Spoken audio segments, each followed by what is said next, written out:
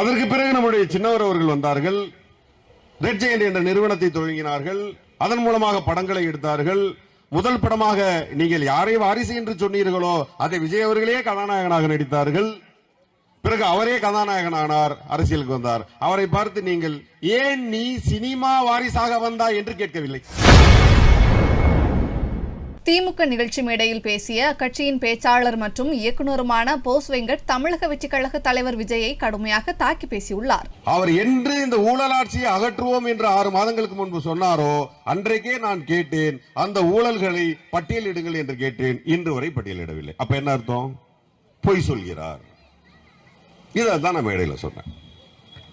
வாரிசு அரசியல் அப்படின்னாரு. உடனே நான் என்ன சொன்னேன்? நீங்கள் வாரிசு இல்லையா என்று கேட்டேன்.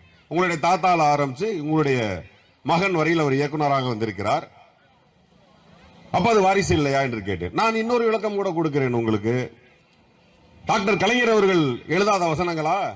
சினிமாவை புரட்டி போட்ட வசனங்களை எழுதியவர் டாக்டர் கலைஞர் அவர்கள். அவருடைய புதல்வர், தற்போதைய முதல்வர் நம்முடைய தளபதி அவர்கள் கிட்டத்தட்ட 3-4 படங்கள் கதாநாயகனாக நடித்தார். 2 சீரியல்கள் நடித்தார். பல நாடகங்கள் நடித்தார். மக்களுக்கு தேவையான எத்தனையோ நாடகங்களை தெரு தெருவாக நடித்தார். வாரிசாகத்தான் செய்தார். அதற்கு பிறகு நம்முடைய சின்னவர் அவர்கள் வந்தார்கள். ரெட் ஜெயண்ட் என்ற நிறுவனத்தை துவங்கினார்கள். அதன் மூலமாக படங்களை எடுத்தார்கள். முதல் படமாக நீங்கள் யாரை வாரிசு என்று சொன்னீர்களோ அதை விஜய் அவர்களே கதாநாயகனாக நடித்தார்கள். பிறகு அவரே கதாநாயகனானார், அரசியலுக்கு வந்தார். அவரை பார்த்து நீங்கள் ஏன் நீ சினிமா வாரிசாக வந்தாய் என்று கேட்கவில்லை. நீ எதுக்கு உங்க தாத்தாவும் அப்பாவும் படம் எடுப்பாரு, நீயும் ரெட் ஜெயண்ட் ஒரு கம்பெனில படம் எடுப்ப, நான் குருவின் ஒரு படம் நடிக்க வேண்டிய அவசியம் இல்லை. இதானே சொல்லியிருக்கணும் விஜய் அவர்கள்.